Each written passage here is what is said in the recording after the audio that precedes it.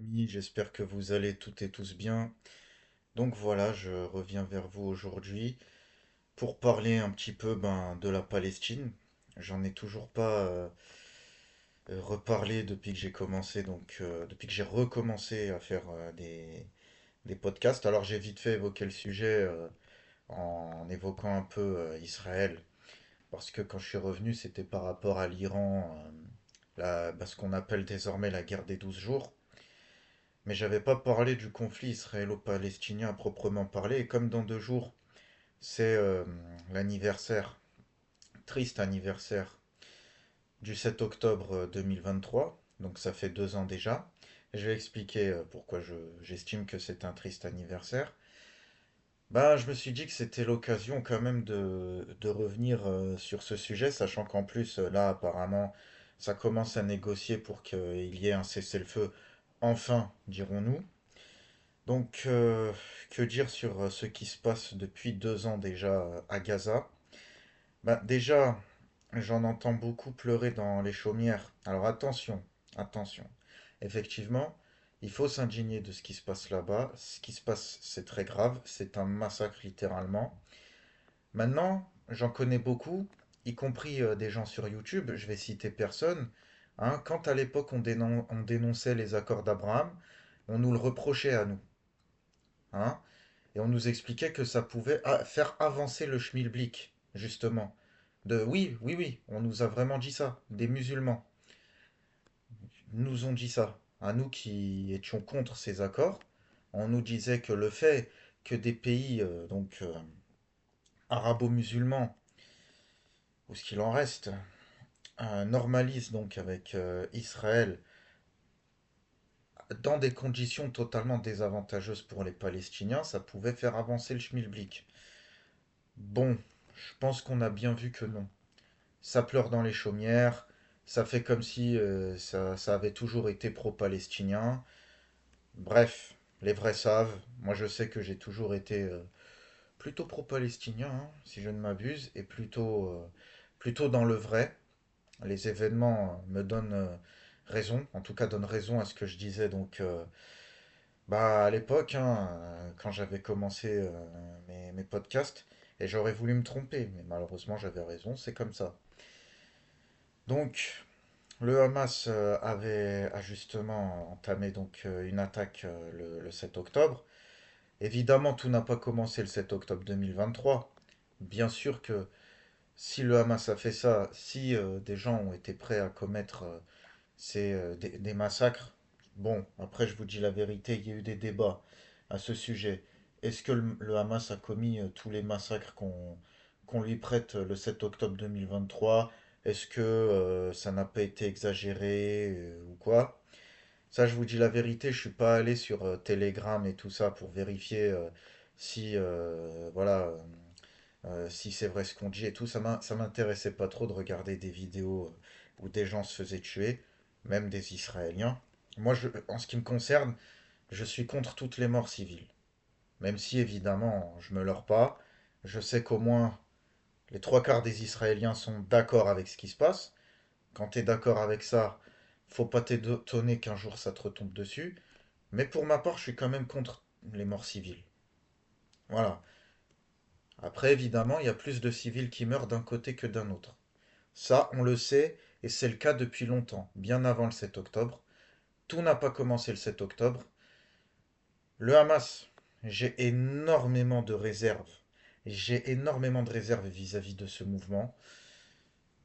Pour moi, Israël a grandement participé à sa création en laissant le Shir Yassin à l'époque venir dans Gaza alors qu'aucun pays arabe n'en voulait après qu'il se soit exilé d'Égypte. Voilà, le seul pays à lui avoir donné l'asile, c'est Israël. Elle va comprendre pourquoi. Voilà, on sait que le Hamas, ça sert d'épouvantail, ça sert de prétexte à Israël pour continuer la colonisation de la Cisjordanie, ses annexions, se faire passer pour la victime et ainsi de suite. Voilà, c'est un idiot utile, le Hamas. Et apparemment, même les attaques du 7 octobre avaient été anticipées, prévues et anticipées par par le Mossad. Ils avaient même été prévenus par l'Égypte, d'ailleurs. Mais ils ont laissé faire. Les pays arabes qui financent et soutiennent le Hamas, comme le Qatar, avaient voulu couper leurs aides à un moment donné. Mais c'est Israël qui leur ont dit de continuer. Tout ce que je dis, c'est sourcé. Faites vos recherches, les amis. Voilà, c'est fini le temps où j'avais le temps justement de mettre mes sources en bas de mes vidéos là, dans le descriptif. C'est bon, faites vos recherches. En tous les cas, ces attaques avaient été prévues et anticipées par Israël. Ils ont laissé faire parce qu'ils voulaient encore plus annexer la Cisjordanie, Gaza, étendre leur territoire bien évidemment au reste du Proche-Orient. Donc déjà Gaza, là si on suit le plan de Trump qu'il a émis donc en début de semaine, il faut que le Hamas ne soit plus maître de Gaza, de ce que j'ai compris. Quand je suis pas sûr, je le dis. Et n'hésitez pas à me corriger en commentaire si vous avez plus d'infos. Voilà, faut que ça se soit totalement démilitarisé, ainsi de suite. Bon, bref. C'est des conditions qui donnent l'avantage à Israël, bien évidemment. Après, le Hamas a accepté ça sous réserve de négocier certains points. Apparemment, de ce que j'ai vu, Netanyahou serait prêt à accepter, heureusement. Faut dire que ça lui est très utile, lui, la guerre. Ça lui est très profitable d'un point de vue personnel. Les Israéliens commençaient à manifester contre lui de plus en plus à cause des affaires de corruption dans lesquelles il a trempé.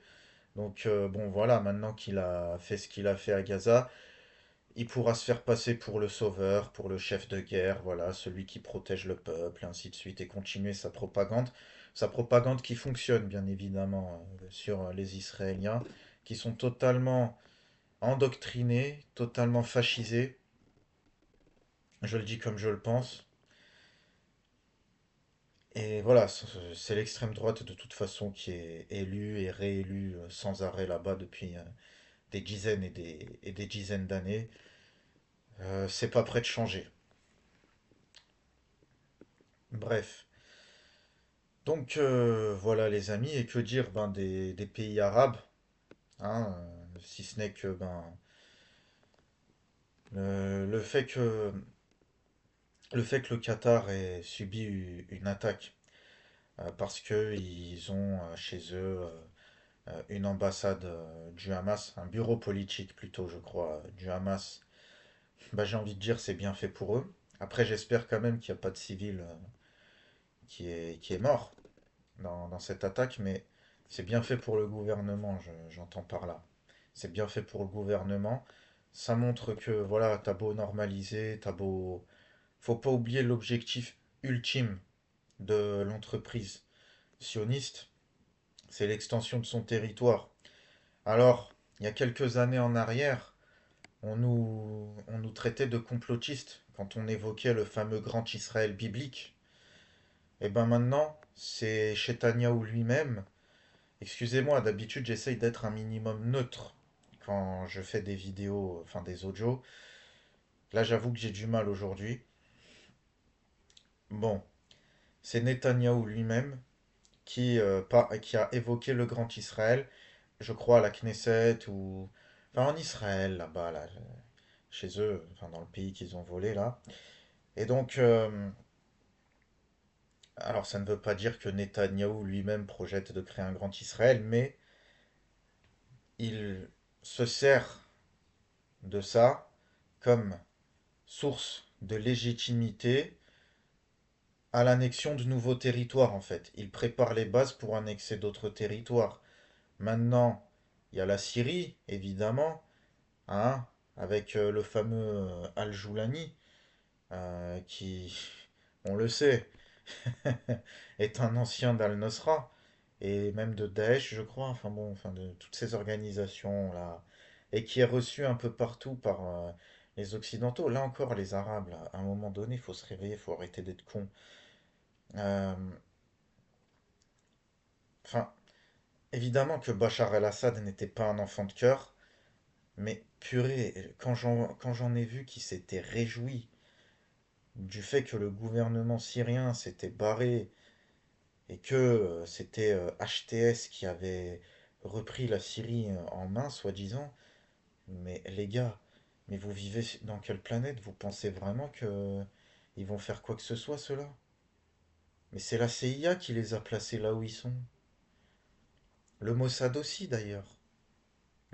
Israël qui désormais attaque la Syrie en prétextant défendre les Druzes dans le sud. Mais à l'époque, au Golan, ils soignaient dans les hôpitaux les terroristes qu'on faisait passer pour des rebelles modérés, bien sûr, et qu'on fait toujours passer pour des rebelles modérés, pardon. Mais non, les gars, non. On vous le disait à l'époque, toutes ces choses-là, on vous les disait, moi et d'autres youtubeurs. Donc, faut se réveiller 2 minutes. Bien sûr que Al-Joulani ne fera absolument rien à Israël, et Israël va continuer de s'étendre sous prétexte d'être entouré d'islamistes. Voilà. C'est ce que beaucoup ont vu venir. Je suis pas le seul. Euh, c'est le plan de base, le plan Guinon, le plan du Grand Moyen-Orient. Le fait de, voilà, morceler les États-nations arabes qui entourent Israël sur des bases ethnico-confessionnelles, et le fait aussi de créer des Sunnistans, voilà, des États islamistes, pour donner le prétexte à Israël de mener des frappes préventives et d'étendre son territoire sans arrêt. Voilà. Et ça, tous les barbascratch qui soutiennent HTS et qui sont pro-Arabie Saoudite et qui venaient nous emmerder quand on dénonçait les accords d'Abraham, regardez jusqu'où s'étend le Grand Israël. Vous ne voyez pas qu'il y a une partie de l'Arabie Saoudite qui est incluse dedans? La Jordanie, ainsi de suite. Tous ces pays traîtres qui ont normalisé dans le dos des Palestiniens. Faut qu'ils s'attendent à un retour de bâton parce qu'un jour, moi je pense qu'il y aura encore plus extrême que Netanyahou. Oui, ça existe. Netanyahou, c'est un démon. C'est un démon sous forme humaine. Il n'y a pas de souci. Mais ceux qui le soutiennent sont encore pires que lui. Les extrémistes, là, les juifs orthodoxes, là, un peu starbés. Un jour, Israël peut devenir un État à 100% religieux. Bah oui, si les civils se barrent par peur et il n'y a que les extrémistes religieux qui restent, ben c'est ça.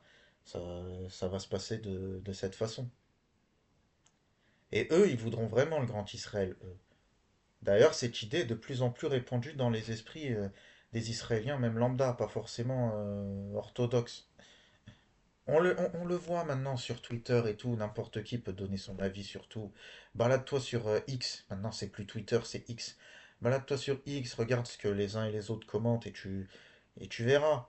Hein, les rares fois où les Israéliens ne se cachent pas derrière des faux comptes pseudo-nationalistes français et où ils se montrent en tant que tels, bah, ils le disent ouvertement. Voilà, l'idée du grand Israël est de plus en plus répandue dans leur esprit. Et oui, Dieu m'a donné cette terre et gna gna gna, ainsi de suite. Bon, donc méfiez-vous, hein, même les États normalisateurs, hein, le fait de normaliser ne va pas vous sauver. Et un jour, les États-Unis vous lâcheront. Là, oui, il y a les États-Unis qui font un peu pression tout en faisant mine d'aider Israël, mais en réalité, ils font un peu pression sur eux pour qu'ils fassent la paix et qu'ils ne s'étendent pas trop et qu'ils lâchent la grappe à leurs autres alliés. Mais le jour où les États-Unis seront redevenus isolationnistes à 100% et se retireront des affaires du monde et se concentreront à 100% sur leur nation, évidemment, c'est le projet, c'est ce qu'aimerait faire Trump, mais il ne peut pas le faire d'un coup. Ça c'est quelque chose qui s'amorce sur des dizaines et des dizaines d'années. Il y a encore un État profond trop, trop puissant. Mais le jour où ça arrivera, si ça arrive bien évidemment, là les Saoudiens et compagnie, faites gaffe, faites gaffe.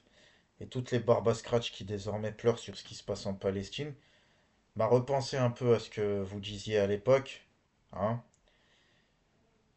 Et la prochaine fois, tournez 7 fois la langue dans vos bouches avant de critiquer ce qu'on vous dit. Bon, encore une fois, j'avais raison. J'aurais même trompé. J'espère que il va y avoir un cessez-le-feu. Les massacres n'ont que trop duré. Alors, le cessez-le-feu ne signifie pas, bien évidemment, le triomphe de la cause palestinienne. Ça, j'espère le voir de mon vivant, Inch'Allah. Mais si déjà les souffrances des victimes peuvent s'atténuer, ce serait déjà très bien, ne serait-ce que pour un temps. Espérons longtemps. Sur ce, les amis, merci de m'avoir écouté et je vous dis à très bientôt.